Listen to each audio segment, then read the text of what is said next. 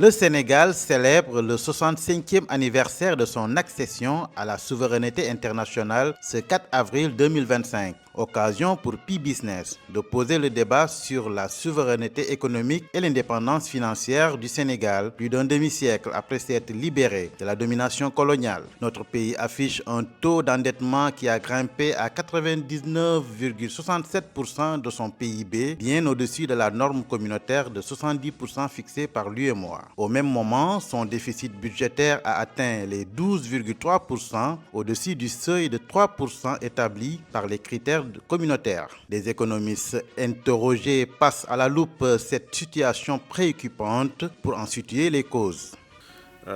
Oui, c'est une situation exceptionnelle, hein, ça il faut le reconnaître.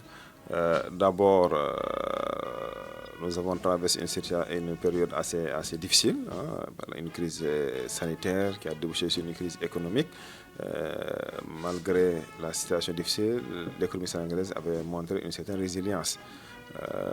Entre-temps, le gouvernement aussi avait engagé beaucoup de dépenses sur des grands travaux, mais quand même, on avait l'impression que le déficit budgétaire était maîtrisé, le niveau d'endettement aussi n'avait pas atteint un certain taux. Malheureusement, entre ce qui était annoncé et la réalité du terrain, il y a un net décalage. Voilà, donc ce qui fait que les nouvelles autorités seront obligées vraiment donc, de fournir beaucoup plus d'efforts pour rétablir ou pour retourner encore vers vraiment les critères de convergence communautaire, à savoir un taux d'endettement qui ne doit pas dépasser les 70% du PIB, mais aussi un niveau donc, de déficit budgétaire qui doit tourner autour de 3%. Ça ne va pas être facile, certes, mais ça reste dans le domaine du possible. C'est donc dans ce contexte que le Sénégal de 2025 vise, à travers l'agenda national de transformation Vision Sénégal 2050, un pays souverain, juste et prospère. La souveraineté, l'indépendance, ce sont des vœux pieux et des ambitions politiques. Maintenant, il va de soi que pour un pays comme le Sénégal, en développement, ou qui n'a pas suffisamment de moyens, vouloir s'engager dans ce long processus sans être accompagné sera extrêmement difficile. Parce qu'il nous manque à la fois les moyens financiers, et parce que le Sénégal n'a pas aussi de Dangote, et c'est très dommage. Il n'y a pas de moyens financiers même du privé. Et deuxièmement, il nous manque la technologie. Donc, ces faiblesses-là ne peuvent pas être comblées si on ne fait pas appel à une collaboration internationale. Parce que, qu'on ne se trompe pas, hein, vouloir dire souveraineté ne veut pas dire ne pas collaborer avec des investisseurs étrangers. Parce qu'en fait, il s'agit de quoi? Il s'agit de s'autonomiser en interne. Et en interne, que le Tobab le fasse, que l'Africain le fasse, que le Sénégal le fasse, l'essentiel c'est de disposer de ce qu'on veut en interne. L'essentiel c'est d'arriver à une sécurité alimentaire, mais qu'il soit produit par un Libanais, on s'en fout. D'abord, insister davantage sur la gestion des finances publiques. On a vu que, mais aussi réduire bien sûr donc, certaines dépenses qu'on ne juge pas vraiment prioritaires. On a vu par exemple le nouveau régime voilà, qui avait supprimé certaines institutions, je veux dire donc le CSE ou encore le HTTT. Ensuite, le Premier ministre, lors de son passage à l'Assemblée nationale, avait rappelé que d'ici quelques mois, le gouvernement compte fusionner beaucoup d'agences qui avaient plus ou moins les mêmes rôles. Voilà, donc il les avait cités, voilà, nommément. Ça veut dire que dans les mois à venir, on va les fusionner. Pour le personnel, certains peut-être pourront être redéployés ailleurs ou être libérés purement et simplement en les payant leurs droits. Voilà. Ça consiste donc à rationaliser davantage les dépenses, mais aussi tout ce qui est dépenses de prestige, il faut vraiment les éviter. Je pense qu'en se serrant un peu la ceinture, en trouvant d'autres niches, comme le fait de penser à vouloir élargir l'assiette fiscale, oui, en faisant des efforts au niveau, par exemple, du secteur informel, parce que notre économie est très dominée par une forte présence du secteur informel. Si on arrive à formaliser une bonne partie de ces gens-là qui sont dans ce milieu, je pense que ça pourrait être une bonne chose, même si ils sont toujours quand même assez méfiants, mais il faut communiquer pour les convaincre. Ça ne va pas être difficile, parce que souvent, tous ceux qui sont dans l'informel, à chaque fois qu'on parle de formalisation, ils ne pensent que la fiscalité. Or, il y a tellement d'avantages que vraiment, si on se focalise sur la fiscalité, ça veut dire qu'on n'a rien compris. Alors maintenant, il suffit de leur expliquer les tenants et les aboutissants. Je pense que beaucoup ne vont pas tarder à adhérer à l'idée du gouvernement. Si les nouvelles autorités œuvrent pour un Sénégal économiquement souverain, la question qu'on se pose est de savoir comment y arriver. Par rapport nous à notre faiblesse, c'est d'essayer de faire un appel au capital, aussi bien national qu'étranger, mais c'est seulement le privé qui peut assister le gouvernement à le faire, parce que ce gouvernement, avec cette situation exécrable de son niveau d'endettement, ne peut pas faire grand-chose. Donc, pour y arriver, il faut vendre ce que nous avons. C'est-à-dire que nous avons la terre, nous avons les hommes, qu'il faudra bien sûr former, parce que ils ne sont pas... Malheureusement, on n'a pas ce capital humain purement agricole qui a la technologie, même dans le domaine de l'élevage, il faudra les former. Mais nous avons quand même tout le potentiel, sauf l'argent et la technologie. Et pour cela, je crois que ça devient un peu facile si on comprend quand même qu'il est possible d'avoir l'argent à travers un partenariat, mais il est possible d'avoir cette technologie avec l'expertise de Chinois, de Turcs, de Français, d'Européens, etc. Donc, focus sur l'essentiel qui est la disponibilité, mais pas quand même ce sectarisme-là ou ce nationalisme-là pour dire que oui, nous pouvons le faire tout seul à la sénégalaise. Non, ce n'est pas ça le concept. Maintenant, c'est pour cela que j'ai dit tantôt qu'il nous faut quand même avoir les privés à côté pour un accompagnement, parce que cette ambition ne peut pas être réalisée sans l'apport du privé. D'ailleurs, il est même écrit dans le projet qu'on fera appel au privé. Maintenant, bon, on attend de voir que ce privé-là ait davantage confiance. On attend les appels d'offres, parce que jusqu'à maintenant, pour de grands projets, on n'a encore rien vu. Et je crois que si ces projets seront lancés, l'accompagnement, pour moi, ne fera pas défaut, parce que le Sénégal, quand même, est un pays extrêmement coté et très sérieux. Partant de la situation économique angoissante actuelle du Sénégal, l'économiste Magaye Gaye pense que le Sénégal doit repenser sa gestion économique, financière et budgétaire. Entre autres solutions qu'il donne, la réduction de la masse salariale actuelle qui semble disproportionnée, la diminution des dépenses de fonctionnement pour alléger les finances publiques. Il suggère aussi la négociation d'un allègement et une restructuration de la dette dans un cadre communautaire UEMOA avec les créanciers. Selon lui, ce reprofilage sur une durée plus longue devient aujourd'hui nécessaire, car pour lui, il est impératif de prendre des mesures de redressement audacieuses et de maîtriser le train de vie de l'État au lieu de lui accorder toujours plus de marge budgétaire. Un avis que partage l'économiste Mor Gassama. Oui, ce sont des mesures qui seront prises. Après, peut-être, voilà, il y en aura d'autres qui seront annoncées. En tout cas, pour l'instant, le gouvernement est en discussion avec le FMI suite à certaines dérives qui ont été constatées dans le rapport de la Cour des comptes. Donc, il va falloir préciser jusqu'à quel niveau le gouvernement est prêt à aller en termes de sacrifice. Voilà, parce que même pour la fonction publique, par exemple, on sait qu'il y a un trop-plein, parce que voilà, qui a explosé, qui est passé presque de 700 milliards à plus de 1300 milliards, voire 1400 même milliards. Donc, en tout cas, rien ne le justifie. Surtout que dans beaucoup de services, on avait constaté des recrutements pléthoriques lors des derniers mois, avant le départ donc, de l'ancien régime. ça ressemblait à un peu plus à du sabotage plutôt qu'à autre chose. Parce que le recrutement pour une entreprise ne se justifie qu'en fonction des besoins. Voilà, mais si l'activité ne le justifie pas, il n'y a pas de raison de recruter. D'autant plus que parfois il y a des problèmes terribles. Si vous prenez le cas typique de la Poste, par exemple, une entreprise qui ne devait pas dépasser 1200 ou 1300 employés maximum et à plus de 2500. C'est du gâchis. C'est vraiment du gâchis. Et on a constaté de pareils comportements dans beaucoup d'entreprises. Où à un certain moment, c'est l'État même qui est obligé de prendre en charge certaines dépenses, ce qui n'est pas normal. Reconnaître que c'est difficile actuellement, mais je crois que la réussite du projet dépend du marketing qu'on fera. Parce que les investisseurs étrangers aussi, ils sont à la recherche d'opportunités, d'opportunités de financement.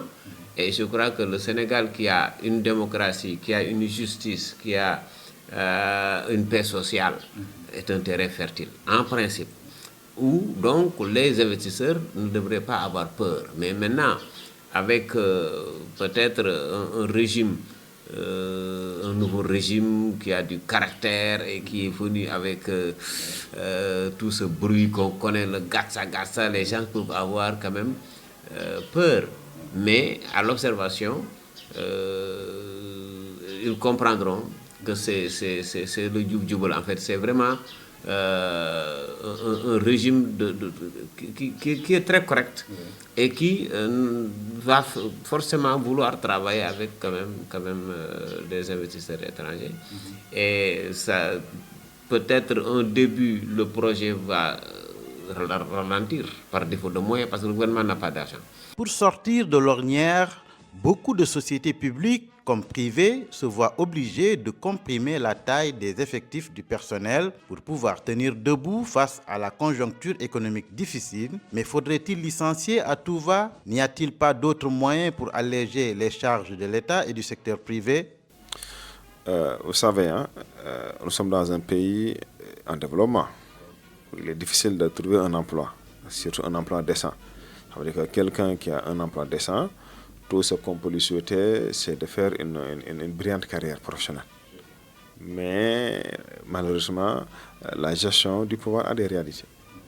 Une entreprise ne peut pas supporter des salariales qui vont ralentir son fonctionnement.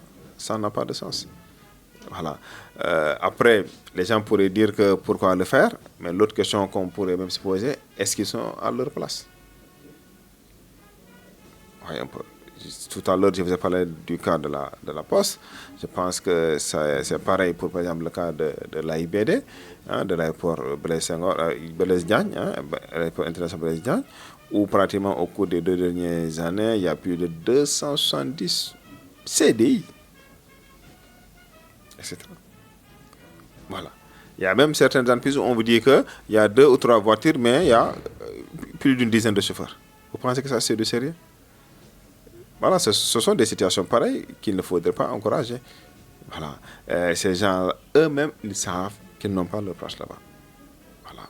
Dans la quête d'un Sénégal souverain, juste et prospère, les nouvelles autorités semblent beaucoup plus miser sur l'agriculture, une option saluée par nos interlocuteurs. Effectivement. D'ailleurs, ça fait partie de ce qu'on a toujours reproché au gouvernement de Macky Sall, du président Sall, le fait vraiment de laisser à côté les priorités pour investir ailleurs. Certes, on ne peut pas nier que on ne pourra jamais parler de développement sans infrastructure, c'est impossible. Mais vous ne pouvez pas non plus négliger donc votre secteur primaire, l'agriculture, l'élevage, etc. Parce que ce sont des secteurs à fort potentiel de croissance inclusive. Voilà. Et surtout que dans un pays où vous imaginez, on développe des centaines de milliards pour aller acheter des denrées de consommation. Donc, il vaut mieux essayer de les produire sur place. Non seulement ça permettra de maîtriser les prix, mais aussi de donner du travail aux gens. Voilà. Donc, en 2023, par exemple, on disait que sur les 10 denrées les plus importées au Sénégal, j'ai bien juste les 10 premiers, ça nous a coûté plus de 1000 milliards. Oui, vous prenez le riz, c'est pratiquement 302 milliards pour 1 300 000 tonnes. Vous prenez le blé, hein, c'est plus de 800 et quelques mille tonnes, hein, pour pratiquement 189 milliards. Voilà. Prenez le lait, c'est pareil. Vous prenez d'autres denrées, le maïs, et ainsi de suite. Alors qu'on a les possibilités de les produire sur place. Donc il faut encourager la production locale. Donc en encourageant la production locale, et en produisant en grande quantité, ça permet aussi de réduire les importations. Le Sénégal gagnerait, pour surmonter cette impasse, à renforcer sa coopération internationale afin de permettre aux investisseurs étrangers de revenir au pays. Que nous soyons ensemble, il faut donner le maximum de confiance. L'État, son rôle dans ces économies modernes, ce n'est pas de faire le financement, parce que l'État n'a pas les moyens. Surtout que si vous êtes un État qui s'appelle le Sénégal et qui est surendetté, c'est fini. L'État ne peut rien faire. Maintenant, il faut être intelligent et aller vers le sens de la coopération. Maintenant, comment le faire? Mais l'État doit dégager tout le cadre administratif, le cadre législatif, le cadre fiscal, pour davantage attirer. Et quand je dis nous avons besoin des investisseurs par exemple, pour notre autosuffisance alimentaire, mais il faut lancer des baux de 20 000 hectares, 20 000 hectares pour 25 ans, et que ceux qui viendront prendre ces baux-là pour 25 ans, mais le prendront sur la base aussi quand même d'un contrat scellé avec l'État du Sénégal, que ici je veux du riz, là-bas je veux du fognon, ici, etc. Et les preneurs prendront. Et à partir de ce moment, on verra qu'effectivement, on peut atteindre notre autosuffisance sans bourse déliée pour l'État. Parce que ces privés-là, quand même, font du business, quitte à les sécuriser en leur disant que, par exemple, si vous faites du riz, mais l'État va mettre en place une coopérative qui va tout acheter, comme l'arachide. Donc, n'ayez pas peur, produisez, et nous, État, on prend en charge votre production pour le revendre aux grossistes sénégalais. Donc, vous voyez, il y a des schémas qui nous permettent quand même d'arriver à bon port sans bourse dédiée. C'est-à-dire qu'on va s'appuyer sur ces secteurs privés et donc et en même temps avec les coopératives qui ont été aussi créées. Je crois qu'il y en a 1300, 1500 comme ça.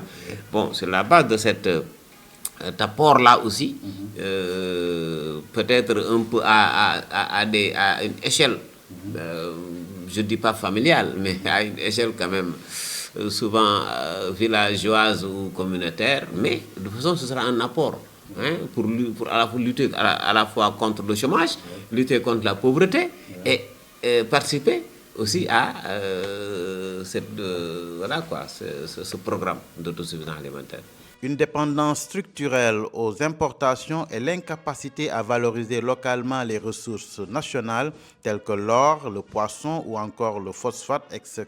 ont, selon le Premier ministre Ousmane Sonko, freiné la croissance économique, comme pour dire produire sur place c'est bien, mais transformer la production locale sur place est encore mieux pour l'économie nationale.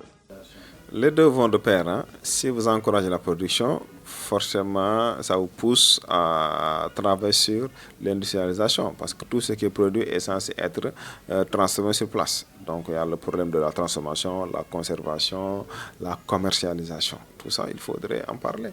Voilà, parce que c'est ce qui permet vraiment de capter le maximum possible sur la chaîne de valeur.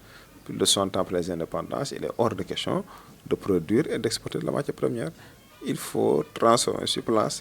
Et si vous devez même exporter, voilà, vous exportez un produit fini, ce qui permet de capter en tout cas le maximum possible sur la chaîne de valeur.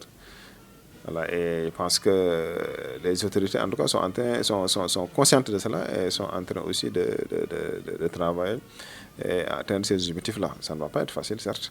Voilà, mais il faut oser, il faut commencer. Parallèlement, l'administration du tandem Diomaye-Sonko, qui en avait fait une promesse électorale, envisage sérieusement de renégocier les contrats miniers et des hydrocarbures pour mieux tirer parti des revenus, des ressources naturelles du pays. Une décision à encourager, selon nos économistes, pour le plus grand bien de l'économie nationale. Oui, parce qu'en tout cas, on avait constaté que sous le régime du président Sall, il y a énormément de contrats qui ont été signés et qu'on est persuadé que certains n'ont pas été faits dans l'intérêt exclusif du Sénégal. Si nous prenons le cas du contrat qui a été attribué à Total, par exemple, vous vous souvenez de l'affaire Thierno Alassane Sall, qui avait décidé de démissionner parce qu'il avait refusé de signer un contrat soit disant qu'il n'était pas dans l'intérêt du Sénégal. Voilà. Parce que lui, il a osé démissionner. Peut-être ailleurs, les gens ne sont pas d'accord, mais ils préfèrent conserver leurs avantages plutôt que de rendre le tablier.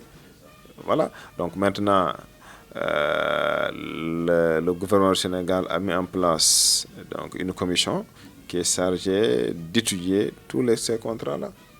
Tout contrat qu'on pense qu'il n'est pas dans l'intérêt du Sénégal, il faut le renégocier, tout en sachant qu'on n'a rien à imposer à personne.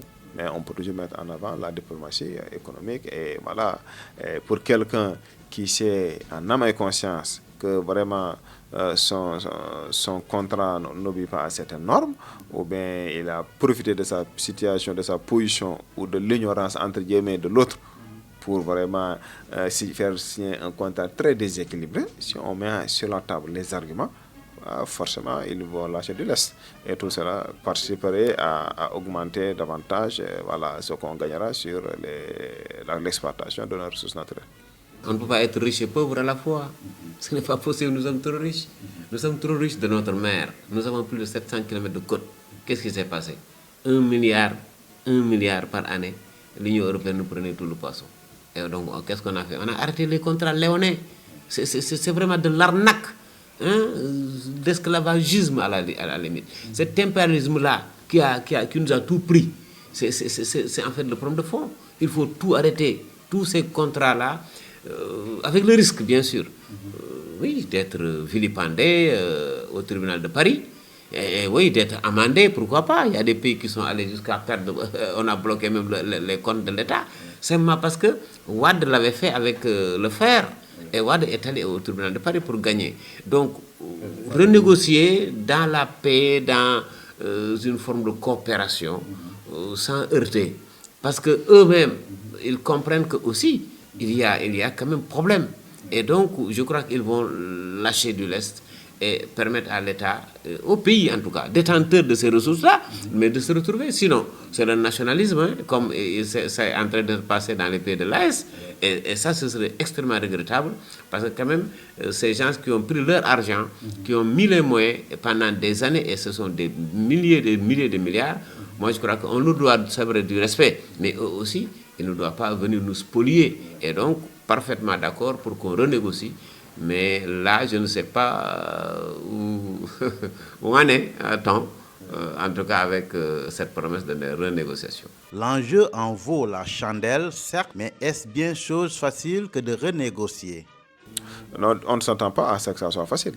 Mais si vous avez des arguments à faire valoir, peut-être il y aura aussi d'autres choses, parce que dans la plupart du temps, quelqu'un qui est censé défendre son pays, s'il fait autre chose que de signer dans l'intérêt de son pays, ça veut dire que forcément, peut-être, il y a autre chose derrière.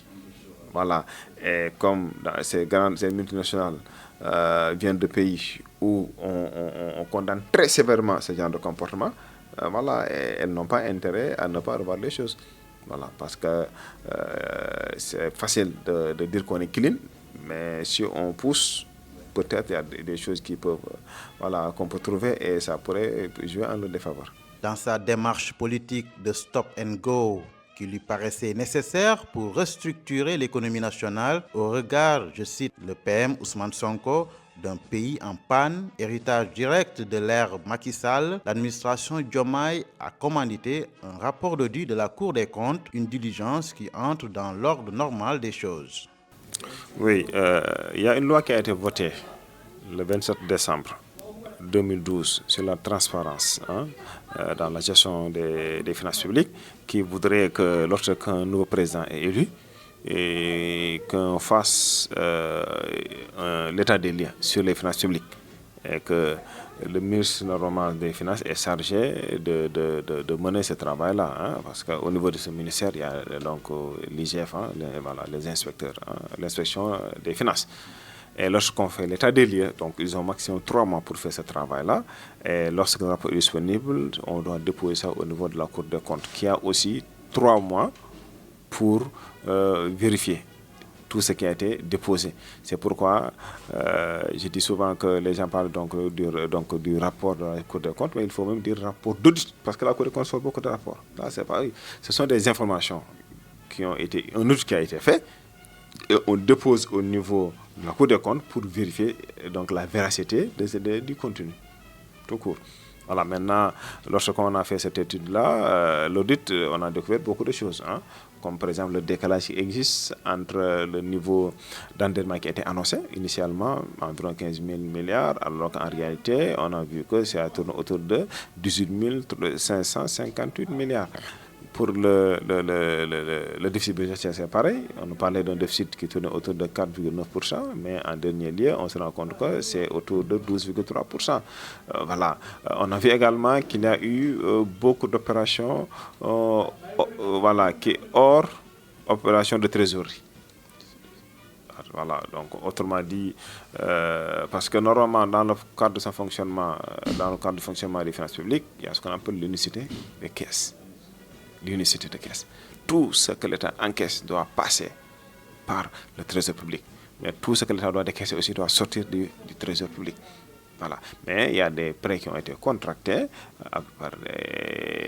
avec des banques de la place et l'argent a été utilisé, ça n'a jamais transité au niveau du trésor, ce qui est gravissime.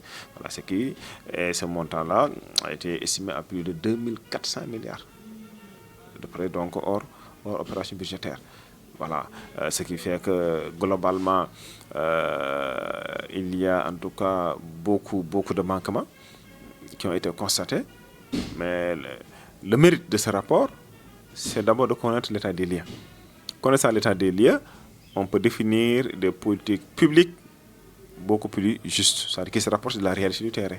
Sinon, si on se base sur de fausses informations, on peut prendre des mesures, on travaille pendant 3 ans ou 4 ans espérant qu'on doit atteindre ces objectifs-là, on ne pourra pas les atteindre parce qu'on est parti sur une base fausse. Ce document tant attendu par les nouvelles autorités a fait ressortir plusieurs irrégularités dans les procédures de gestion de nos finances publiques en vigueur, ce qui, d'après nos économistes, devrait pousser les pouvoirs publics à en tirer toutes les leçons en commençant par sévir contre les fautifs.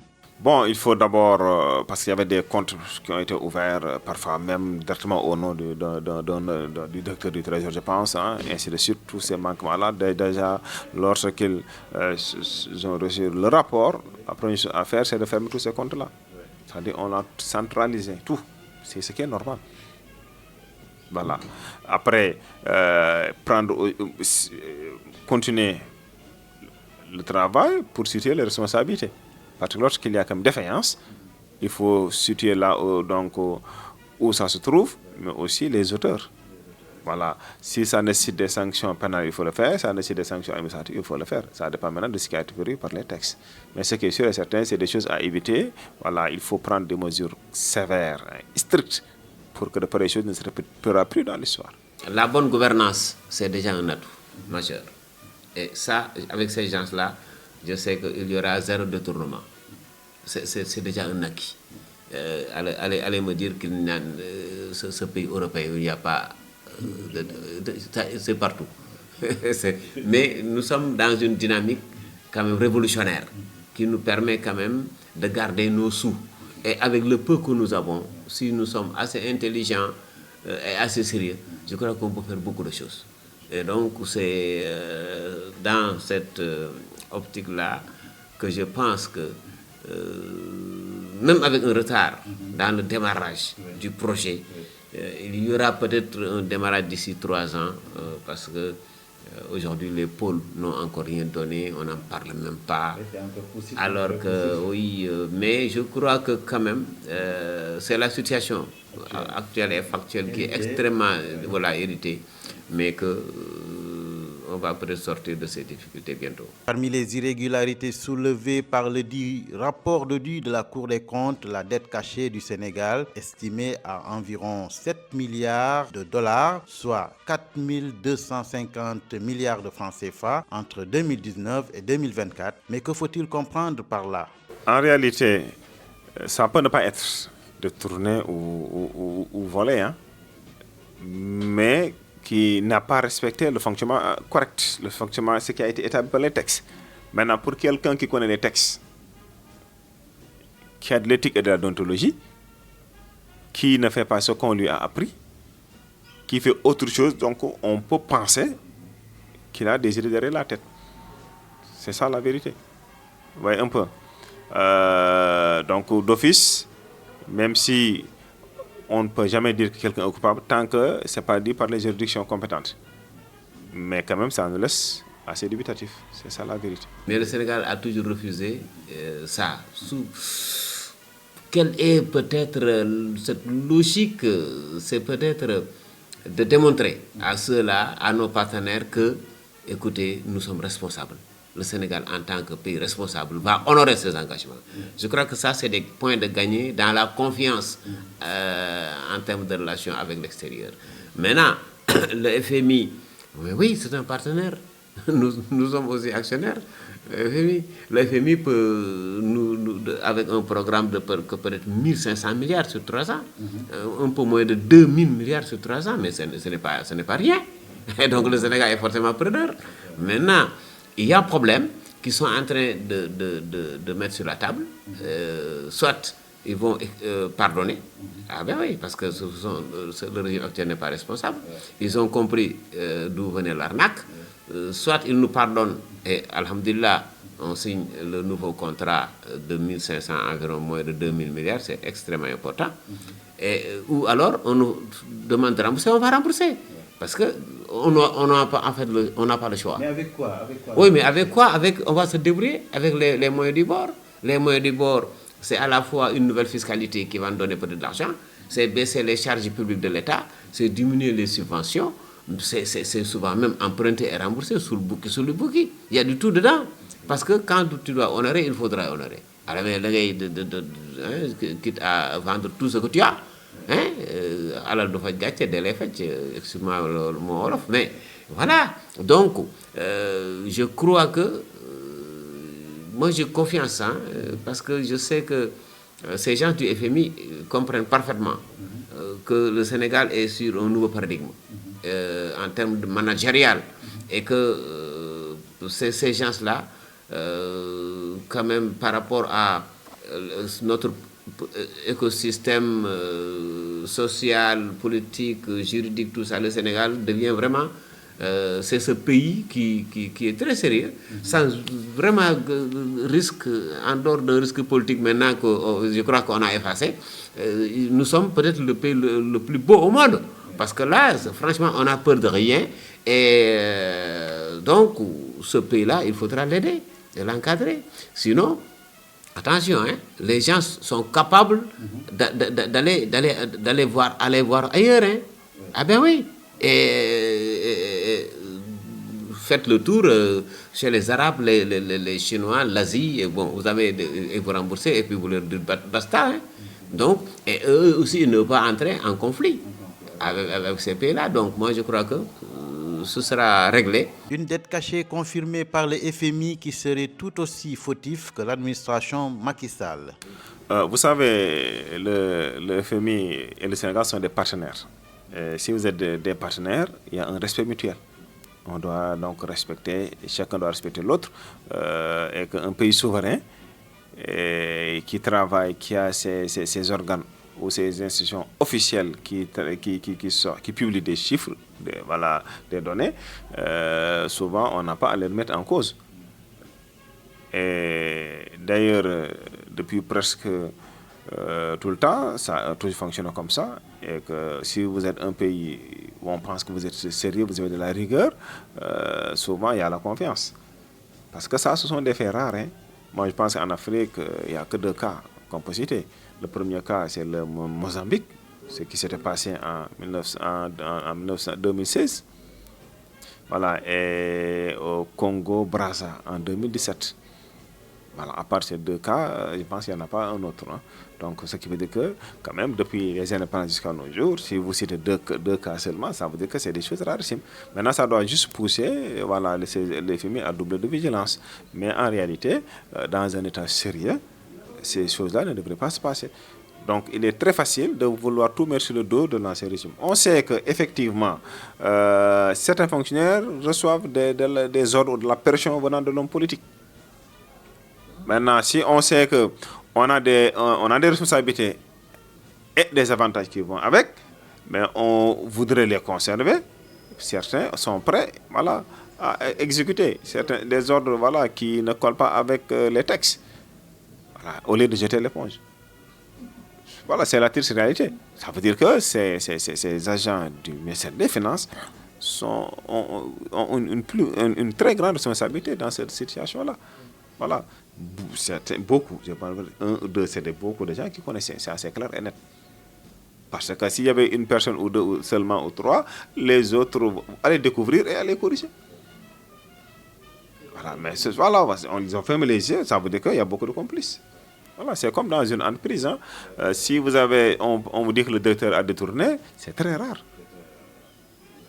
Regardez.